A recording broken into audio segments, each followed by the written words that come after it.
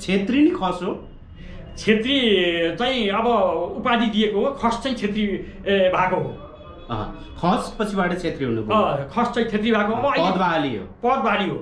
इरानबाट आएका जो नाजिरहरू थिए, अब इरानदेखि चाहिँ अफगानिस्तान पाकिस्तान हुँदै जो भारतवर्षमा चाहिँ पसे, अब दिल्लीसम्म हान्दाखेरि त्यहाँका चाहिँ राजाबासाहरू, अब त्यहाँका चाहिँ साधु सन्त महन्त योगी जोगी फकीर प्रवचार्य महाचार्य शङ्कराचार्य मण्डलेश्वर महामण्डलेश्वर जगद्गुरु महागुरु पद्मगुरु ऋषि महर्षि देवर्षि राजर्षि र मठाधीश पीठाधीश र त्यहाँका प्रधान सेनापति राजा रजौटाहरू र ठुला बडा धर्म धारण गरिसकेका, अब त्यहाँको धर्म धारण गरिसकेका त्यस्ता व्यक्तिहरू, सनातन वैदिक धर्मका व्यक्तिहरू नेपाल पसेर यो देशलाई चाहिँ अब त्यो साम्राज्यलाई चाहिँ अब त्यो स्वर्गका कुरा ल्याइदिए, नरकको त्रास देखाइए, पूर्वजन्मको चाहिँ कमाइले गरिब र दलित हुनु परेको कारण देखाइदिए। ब्राह्मण जातिहरू थिए, अब त्यो पुराणमा वेदमा भनिएको छ, ब्राह्मण वचन शुद्ध भनेको छ, ब्राह्मणले जे बोल्दा पनि भने ऋषिका सन्तान, ब्रह्मा विष्णु शिवसँग सरासरी कुरा गर्ने उनीहरू र पुस्तौँ पुस्तसम्म ऋषिहरूले लेख्दाखेरि धर्मशास्त्र के लेख्यो भने तपाईँले खस हौ हामी भनेर भनिराख्दा छेत्रीहरूले तपाईँलाई खुबै विरोध गरिरहेको छ। सामाजिक सञ्जाल यति दुर्गन्ध बनाएको छ कि तपाईँको नाममा, होइन? छेत्रीहरूले हामी छेत्री चाहिँ खस होइनौँ, हामी हिन्दू हौँ, हामी मष्टपूजक होइनौँ भनिराख्नु भएको छ। उहाँहरूले के भन्न चाहनुहुन्छ? हाम्रो यो 600 वर्षभित्र अब 900 वर्षदेखि पसेकाहरूले चाहिँ भारतवर्षबाट कन्याकुमारीबाट आएका जो चाहिँ ब्राह्मण जाति आएर यहाँ हिन्दू धर्म चाहिँ लगाइयो राजाबासा हात दिएर।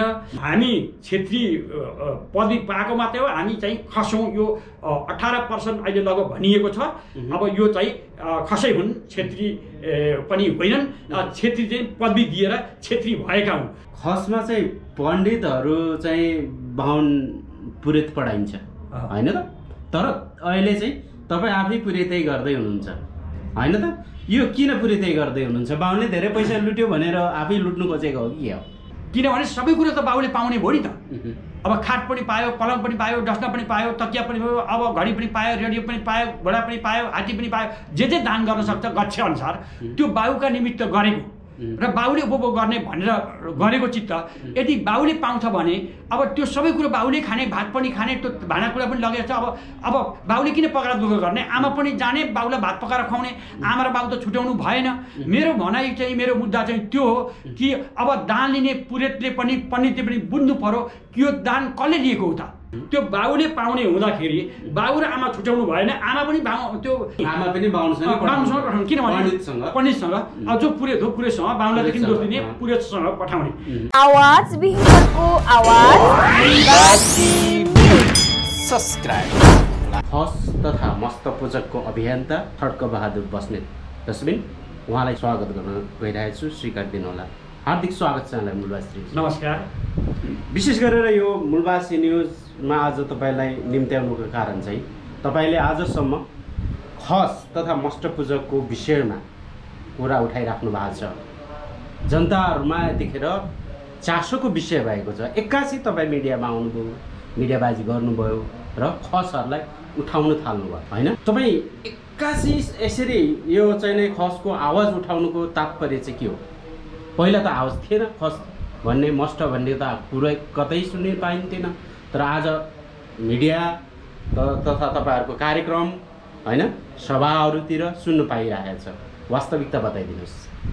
हस्, धन्यवाद।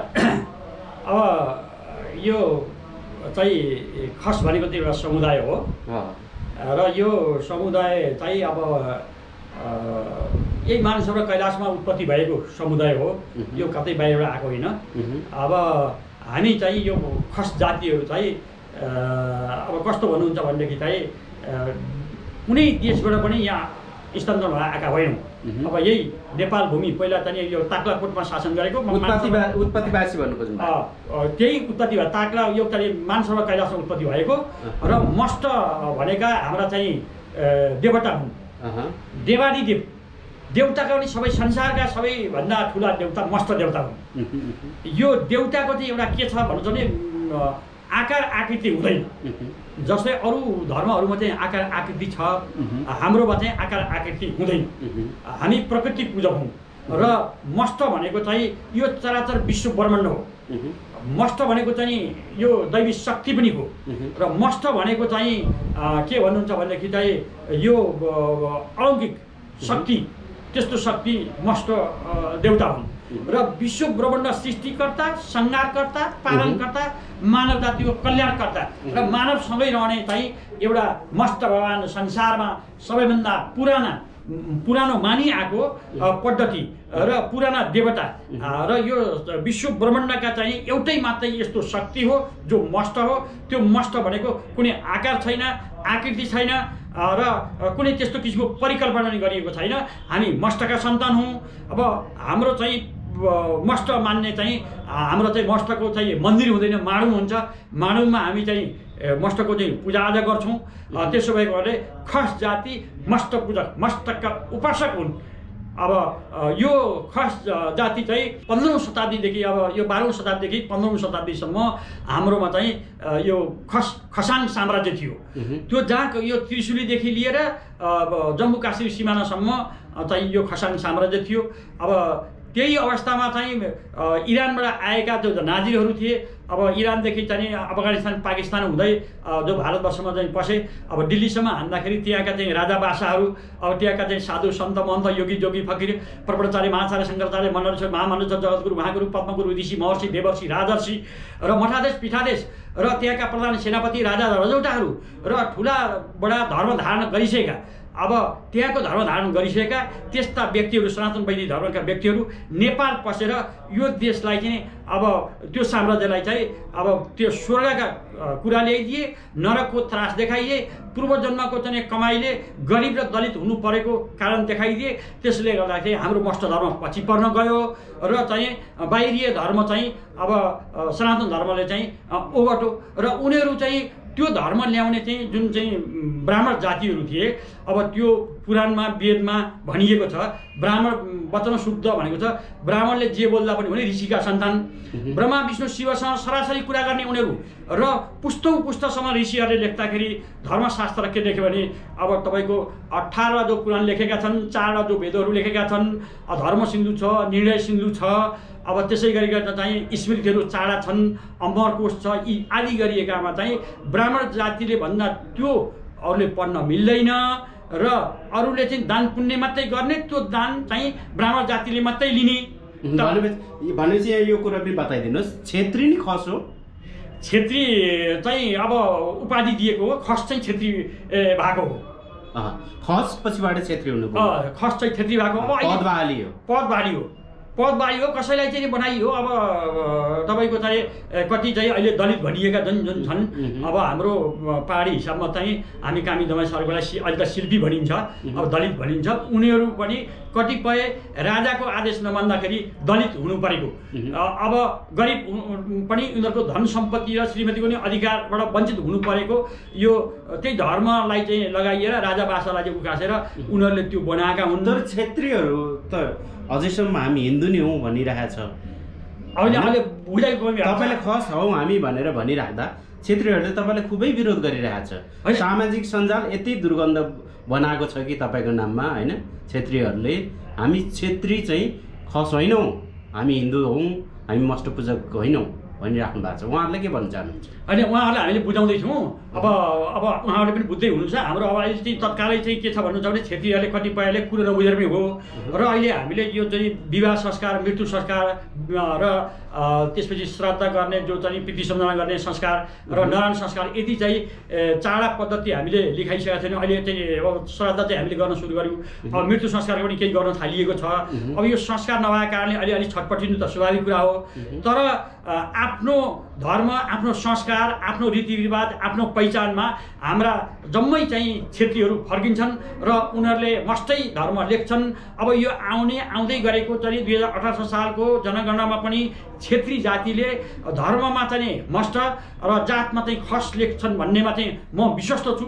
अब अहिले एउटा चाहिँ सनातनवादी धर्म हिन्दू मान्दै गर्दा चाहिँ अहिले आफूसँग चाहिँ पद्धति नभएर पनि पहिलेको मानिरहेको कुरा चाहिँ मानिरहेछन्। तर अबका 5 वर्षभित्र चाहिँ कुनै पनि अब छेत्रीले अब सनातनवादी धर्म मान्दैन, आफ्नै मस्त पूजनबाट आफ्नै चाहिँ संस्कार संस्कृतिलाई अवलम्बन गर्छ र अब आफ्नै हिसाबको कर्मकाण्डहरू गर्ने एउटा चाहिँ हामीले सङ्कल्पका साथ चाहिँ हिँडिरहेका छौँ।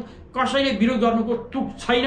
अब हामी कुनै धर्मको विरोध गर्दैनौँ, हाम्रो धर्मलाई मात्रै फलाउने फिलाउनेतिर हाम्रो जाने काम हामी चाहिँ त्यसरी अगाडि बढेका हौँ। एउटा आरोप तपाईँलाई यो पनि छ, यतिखेर तपाईँ सामाजिक सञ्जालदेखि लिएर हरेक क्षेत्रमा अगाडि हुनुहुन्छ, खस र मस्टलाई उचालिराख्नु भएको छ। जुन खस र मस्टलाई उचाल्नुको एउटा तात्पर्य यो छ कि क्रिस्चियनहरूको बाइबलमा समेत खस र मस्टहरूको चाहिँ त्यहाँ लेखिएको छ, भनिएको छ बाइबलमा, होइन? र तपाईँ क्रिस्चियनहरूबाट परिचालित पनि हुनुहुन्छ भनिएको छ। डलर कमाउने नियत हो पनि कतिले त भनेको छ, वास्तविकता के हो? होइन, त्यो चाहिँ गलत हो कि त्यो हिन्दूवादीहरूले त्यो चाहिँ गलत प्रचार गरेका, जसले खाइरहेको मान्छे त्यो लुटिरहेको मान्छे त्यो त्यसले नपाएर त्यसले अब छटपट्टि छ। अन्तिम घडीमा मान्छे चाहिँ प्राण जाने बेलामा छटपट्टिनु त स्वाभाविक कुरा हो। तर यो हाम्रो चाहिँ 5000 वर्ष अनादि कहिले त्यो 5000 वर्ष त भनाइ मात्रै, अनादिदेखि चलिआएको मस्ट धर्म अहिले पनि हाम्रो चाहिँ देवाली भन्ने चलन छँदैछ। वर्षमा चाहिँ 2 वर्ष 3 वर्षमा चाहिँ देवाली गर्ने चलन छ र चाहिँ गोडधुप गर्ने चाहिँ चलन हाम्रो छँदैछ। उँधौली वर्षमा 2 चोटि मुङसिरे पूर्णिमा र वैशाखे पूर्णिमा। अब हाम्रो त्यो संस्कार त चलेकै हो, कसैबाट हाम्रो परिचालित होइन। अब कसैले भन्नु त आफ्नै ठाउँमा छ, विरोध गर्नेको कुनै तुक छैन, दम छैन। त्यो चाहिँ यो चाहिँ हताशमा आएर कसैको चाहिँ मान मर्यादा प्रतिष्ठामा चाहिँ आँचाउने कुरा गर्नु राम्रो कुरो होइन। त्यो धर्म युद्ध गराउन खोजिएको मात्रै हो। हामी कहिल्यै हिन्दू थिएनौँ। हाम्रो यो 600 वर्षभित्र अब 900 वर्षदेखि पसेकाहरूले चाहिँ भारतवर्षबाट कन्याकुमारीबाट आएका जो चाहिँ ब्राह्मण जाति आएर यहाँ हिन्दू धर्म चाहिँ लगाइयो राजाभाषा हात लिएर। अब त्योदेखि मात्रै हाम्रो चाहिँ बिस्तारै चाहिँ हिन्दूकरण गरियो। र पहिले पनि काहीँ हिन्दू यहाँ नेपालमा थिएन। यो 1910मा जङ्गबहादुरले चाहिँ मुलुकी ऐन जारी गर्दाखेरि हिन्दू राष्ट्र भनेर चाहिँ उसले चाहिँ के अब त्यहाँ हिन्दू हुनुपर्छ र छेत्री चाहिँ के अरे खस हुनु हुँदैन, छेत्री हुनुपर्छ भनेर गरे। 1920मा पनि उनीहरूले फेरि चाहिँ त्यो बाँकी रहेका खसलाई पनि छेत्री बनाउने, पदोन्नति गराउने र उनले बिहाबारी चलाउने, आफू चाहिँ उपल्लो जातको भन्ने ठान्ने हिसाबले गरेको मात्रै हो। र हामी छेत्री पदवी पाएको मात्रै हो, हामी चाहिँ खसौँ। यो 18% अहिले लगभग भनिएको छ। अब यो चाहिँ खसै हुन्, छेत्री पनि होइनन्। छेत्री चाहिँ पदवी दिएर छेत्री भएका हुन्। यो खस र छेत्री भनेको खसै हो खास गरिकन। र जुन छेत्री अघिदेखि हामीले यो विषयलाई उठाइरहेका छौँ, किन भन्दाखेरि नि यतिखेर धेरै खसहरू चाहिँ छेत्रीको नामले चिनिन्छ, होइन त? खस त तपाईँले भर्खरै उठाउनु भएको मुद्दा मात्रै हो, होइन? तर छेत्रीहरूले किन बुझ्न सकिरहेको छैन कि आफू को हुँ र आफ्नो इतिहास किन बुझ्न सकिरहेको छैन? होइन, आफ्नो इतिहास बुझ्नुको पछाडि के छ, नबुझ्नुको पछाडि? होइन, यो के छ भन्नुहुन्छ भनेदेखि यहाँ हाम्रो चाहिँ अब छेत्रीहरूलाई के खसहरूलाई छेत्री बनाउने क्रम चाहिँ राजाभाषाबाट सुरु भयो, छेत्री राजाबाट सुरु भयो। अब त्यो चाहिँ हाम्रा चाहिँ पद्धतिहरू चाहिँ जुन बिहा गर्ने संस्कार थियो, अब नारायण गर्ने संस्कार थियो, अब पण्डित बोलाइँदैन थियो। पहिला बनाए। म अहिले भर्खर चाहिँ आजभन्दा 20 दिन अगाडि म सल्यान, जाजरको, सुर्खेत र यो दैलेख, अब रुकुम, रोल्पा यी ठाउँहरूमा म गएर आएँ। त्यहाँ पावै खसहरू भन्ने रहेछन्, उनीहरूसँग मेरो वार्ता भयो। र त्यसपछि चाहिँ राणा खस भन्ने रहेछन्, ती पानी नचल्ने, पावै खसको पनि पानी नचल्ने, उनीहरू जाँड रक्सी नि खाने। अब हामी चाहिँ हिन्दू नभएका, जङ्गलको आदेश अनुसार पनि जङ्गलको मुलुकी अनुसार पनि हामी वञ्चित भएका, हामी नटेरेका हौँ भनेर चाहिँ उनीहरूले भने। हाम्रा पुर्खा तिनै हुन्, त्यही सभ्यताबाट चाहिँ हामी अहिले छेत्री भएका हौँ। र हामीलाई गाउँघरमा पनि अघि यहाँका किराँतहरूले, मगरहरूले र चाहिँ लिम्बूहरूले पनि हामी, मेरो घर खोटाङ, त्यहाँका राईहरूले पनि हामी खसिया भन्थे। हामी खस प्रदेशबाट आएका खसान साम्राज्यका मान्छे हौँ, त्यसबाट खस प्रदेशबाट आएकाहरूले खसिया नै भन्थे। यो अहिले जुन नाटकै ढङ्गले जुन छेत्री भन्छन्, तर हामी छेत्री होइन, खसै हौँ। त्यही खस चाहिँ पल उन्नति भएर माथिल्लो दर्जामा लगिएको, अब यो चाहिँ जात व्यवस्थालाई उचालिएको मात्रै हो। हामी चाहिँ खसै हौँ। तर यो कुरा के आयो भने नि खस, अब तपाईँहरू खस भन्नुहुन्छ, तपाईँको मुद्दा खस छ, होइन? खसमा चाहिँ पण्डितहरू चाहिँ बाहुन पुरोहित पढाइन्छ, होइन त? तर अहिले चाहिँ तपाईँ आफै पुरोहितै गर्दै हुनुहुन्छ, होइन त? यो किन पुरोहितै गर्दै हुनुहुन्छ? बाहुनले धेरै पैसा लुट्यो भनेर आफै लुट्नु खोजेको हो कि? होइन, त्यसो चाहिँ होइन। अब बाहुनको त संस्कारै लुट्ने नै हो कि, किनभने स्वर्गको आश देखाउने, नरकको त्रास देखाउने। अब एउटा कुरो तपाईँलाई म बताइहालौँ। अब घरमा मान्छे, अब मेरो घरमा बाबु सिरियस भए, मर्न आँटे। अब उसको ग्रन्थमा अब हिन्दू ग्रन्थमा के भन्छ भने बैतरणी गर्नु भन्छ, अनि 10 दान गर्नु भन्छ, आतुरदान भन्छ, अन्त्यदान भन्छ, गाई पनि लगेको छ, सुन पनि लगेको छ, चाँदी पनि लगेको छ, भाँडाकुँडा पनि लगेको छ, सारा कुरा लगेको छ। अब बाबु त मर्छ, मरेपछि पनि अब 6 दिनका दिनमा गौड पुर्याउने भन्ने भन्छ। त्यो गौड पुर्याएका चाहिँ अब त्यो उसको सूत्र अनुसार चाहिँ धेरै कुराहरू दान गर्नुपर्ने हुन्छ। 1 वर्षलाई अब 11औं 12औं अब 13औं दिनसम्म चाहिँ गर्ने जुन दान छ, अब त्यो बाबुले पाउँछ। बाबु त मरेर गयो नि, बाबुले पाउँछन् भनेर चाहिँ गाई पनि दिनु पर्यो, लैनो गाई। अब त्यसमा खाट पलङ, अब छाता जुत्ता डस्ना सिरक आदि गरिएका चिजहरू, औँठी दिनु पर्यो, घडी दिनु पर्यो, अब लौरो दिनु पर्यो। अब त्यसै हिसाबले चाहिँ अरू बाबुलाई 1 वर्षलाई चाहिने र अरू पितृले पनि भेटघाट गर्नको निमित्त अरू पनि थपेर दिनुपर्ने, जग्गा भूमि दान गर्नुपर्ने। अब सक्ने त हात्ती घोडा पनि दान दिन्छन्। अब त्यो चाहिँ अब बाबुले पायो कि पुरोहितले पण्डितले पायो त, त्यो कुरो त ख्याल गर्नु पर्यो नि। यदि बाबुले पाउने हो भने अब यो 12औं दिनमा जुन गरिएको दान, अब 11औंमा छोडिएको साढे साढी र 12औं र 13औंमा गरिएको जुन अष्टदान पददान आदिका दानहरू छन्, मृत्यु संस्कार पछि त्यो समाप्त हुने क्रिया काष्ठ चाहिँ भएको शुद्ध समाप्त हुने दिन गरिएका दानहरू त्यो बाबुले पाउने हुँदाखेरि बाबु र आमा छुट्याउनु भएन। आमा पनि त्यो बाबुसँगै के अरे त्यो सामानसँग पठाउँदा के हुन्छ? मेरो चाहिँ मागमुद्दा त्यो हो नि, आमा पनि बाबुसँग पठाउनु। किनभने पण्डितसँग जो पुरोहित हो, पुरोहितसँग बाबुलाई दोष दिने, पुरोहितसँग पठाउने। किनभने सबै कुरो त बाबुले पाउने भयो नि त। अब खाट पनि पायो, पलङ पनि पायो, डस्ना पनि पायो, तकिया पनि पायो, अब घडी पनि पायो, रेडियो पनि पायो, घोडा पनि पायो, हात्ती पनि पायो। जे दान गर्न सक्छ गच्छे अनुसार त्यो बाबुका निमित्त गरेको र बाबुले उपभोग गर्ने भनेर गरेको चित्त यदि बाबुले पाउँछ भने अब त्यो सबै कुरो बाबुले खाने, भात पनि खाने, त्यो भाँडाकुँडा पनि लगेको छ। अब बाबुले किन पकाएर दुःख गर्ने? आमा पनि जाने, बाबुलाई भात पकाएर खुवाउने। आमा र बाबु त छुट्याउनु भएन। मेरो भनाइ चाहिँ, मेरो मुद्दा चाहिँ त्यो हो कि अब दान लिने पुरोहितले पनि पण्डितले पनि बुझ्नु पर्यो कि यो दान कसले लिएको हो त? म पुरोहितले मैले लिएको हुँ कि उसका बाबुले पाउने हो त? अब भन्ने कुरा चाहिँ जान्नु पर्यो। दान लिनुभन्दा अगाडि सोध्नु पर्यो। त्यो शास्त्र एउटा समुदायलाई, एउटा ब्राह्मण जातिले मात्रै पढ्ने भनेको छ, अरू जातिले पढ्ने भनेको छ। दान लिने बाहुनले मात्रै त्यो बाबुको नाउँ बेचेर, पितृका नाउँ बेचेर उसले रोजगारी चलाउने, त्यस्तो भएको उहाँहरूले त्यो चाहिँ उनीहरूले पनि सुध्रिनुपर्छ। पुरोहित पण्डितलाई पनि म त्यो आग्रह गर्न चाहन्छु कि त्यो मिथ्य कथा हो। त्यो चाहिँ अब भन्न त कथा हामीले नबुझेर पनि भयो। अब मिथ्य कथै हो, त्यो त काल्पनिक कथाहरू, उडन्ते फिरन्ते कथाहरू भए। अब उसका पुर्खाले लेखे, ऋषिहरूले लेखे, आफ्नो सन्तान दलसन्तानले कहिले दुःख नपाउन्। अब यो चाहिँ एकदम अभय वरदान किसिमको चाहिँ हो, जसले पनि अब यो पढाउन् र हाम्रा भावी सन्ततिहरूले चाहिँ यो सुखभोग आराम प्राप्त गरौँ भनेर उनीहरूले लेखेका थिए। त्यो अहिलेसम्म तपाईँको चाहिँ वेद लेखिएको चाहिँ लगभग 5,000 वर्ष हो भन्छन्। तर त्यो 5,000 वर्ष पनि मेरो अनुमानमा त धेरै, मैले अब शास्त्र हेरेँ, मानव शास्त्रीहरूसँग बुझियो, समाजशास्त्रीहरूसँग बुझियो, इतिहासकारसँग बुझियो, अब संस्कृतविदहरूसँग बुझ्दाखेरि त्यति समय त गएको देखिँदैन। तथापि अब पहिला अब श्रुतिमा थियो भने लिखितमा आयो होला। अब त्यहाँ लेखेको चाहिँ अहिलेसम्म स्वर्ग पत्तो लागेन। स्वर्ग कहाँ छ त? नरक पत्तो लागेन, नरक कहाँ छ त? अब पूर्वजन्म कसो भएको थियो त? पुनर्जन्म कसो हुँदैछ त? त्यो दान खाने मात्रै हो कि? अब त्यो दान लिएर आफू धनी मात्रै हुने हो कि?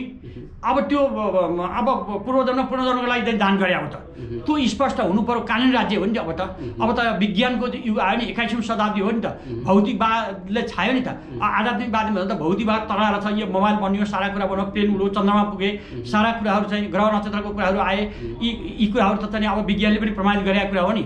विज्ञान सम्मत नभएका कुरालाई हामीले चाहिँ अब छोड्नुपर्छ भन्ने एउटा मेरो माग मुद्दा पनि हो। र हामी अब उहाँहरूले पनि पुरोहित पण्डितले पनि के बुझ्नु पर्यो भने हामीले मात्रै गरी खाने चिज रहेछ। हामीले यस्ता कुकर्महरू हामीले गर्नु हुँदैन। अब हाम्रो यो कुराहरू पट्याउँदैनन् भनेर कुरा चाहिँ जान्नु पर्यो। उनीहरूको समुदायभित्र गर्नु केही छैन, तर हाम्रो समुदायभित्र चाहिँ 10 वर्षभित्र यो निर्भर हुन्छ।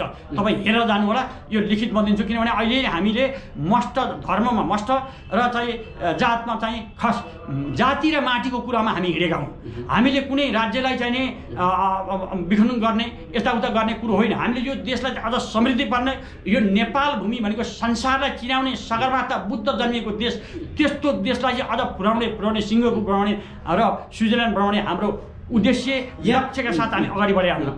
थर्डजी, यहाँ जुन तपाईँले जात र धर्मको कुरालाई आयो, जुन खस र मस्ट होइन त, यतिखेर तपाईहरू जस्तो धेरै व्यक्तिहरू चाहिँ नै सामाजिक अभियन्ताहरू हैन चाहिँ नै धार्मिक अभियन्ताहरू चाहिँ धेरै जन्मिएको छ देशमा। तपाईँ पनि एउटा अभियन्ताको रूपमा जन्मिनु भयो, मास्टर र खसको अभियन्ता हैन? हजुर। यहाँ तपाईँले जातको कुरा ल्याइराख्दा, धर्मको कुरा ल्याइराख्दा यो धार्मिक युद्ध, जातीय युद्ध चाहिँ निम्तिँदैन। यो तपाईँको विचार जुन जनताहरू समक्ष पुग्छ नि, यसले जनताहरूमा असर पुर्याउँदैन। जनतामा असर पुग्ने कुरो त केही छैन। धर्मको कुरा आयो नि, हिन्दू धर्मको विरोध, आफ्नो संस्कार हैन खस ठुलो धर्म भन्ने भयो। अब हाम्रो समुदायको लागि चाहिँ मस्टभन्दा ठुला देवता कोही छैन हामीले भन्यौँ। अब भन्नुहुन्छ सनातन वैदिक धर्मका मान्छेहरूले विष्णुभन्दा ठुला देवता कोही छैन भन्छन्। अब इसाईहरूले भन्छन् परमेश्वर जसै क्राइस्टभन्दा ठुला देवता कोही छैन भन्छन्। अब मुस्लिम धर्ममा भन्छ अल्लाहभन्दा संसारमा ठुला देवता कोही छैन भन्छन् नि। अब यो त आफ्नो आफ्नो समुदायले आफ्नो आफ्नो चाहिँ अब थर वंशले मान्दै आएका कुराहरूलाई त जसले पनि आफ्नो कुरा त भन्ने नै भयो। तर हाम्रो बढाइ चढाइ होइन, हाम्रो यथार्थ हो। सत्यवादी धर्म मस्ट धर्म भनेको हामी सत्यवादी खस जाति हौँ। हामी कसैको थिचोमिचो गरेर कसैको धर्मको चाहिँ बर्खिलाप गर्ने हाम्रो मनसाय उद्देश्य होइन। जुन कसैका शास्त्र दर्शनमा लेखिएका जो कुराहरू छन् यी विकृति विसङ्गतिहरू उहाँले पनि हटाउनु पर्छ भन्ने हाम्रो माग मुद्दा हो। उहाँहरूले राख्नुहुन्छ भने पनि हामीलाई के आपत्ति छैन। तर हाम्रो समुदायभित्र चाहिँ हामीले त्यो काम चाहिँ नगरौँ। यही धरती हो चाहिँ स्वर्ग भनेको, यही धरती हो। अब नरक भनेको यही धरती हो, जन्म भएको यही धरतीमा हो, मरण पनि यही धरतीमा हुन्छ भनेर हाम्रो चाहिँ त्यो मात्रै सिद्धान्त हो। समय र संवादको लागि धन्यवाद। आवाज विहीनहरूको आवाज। सब्सक्राइब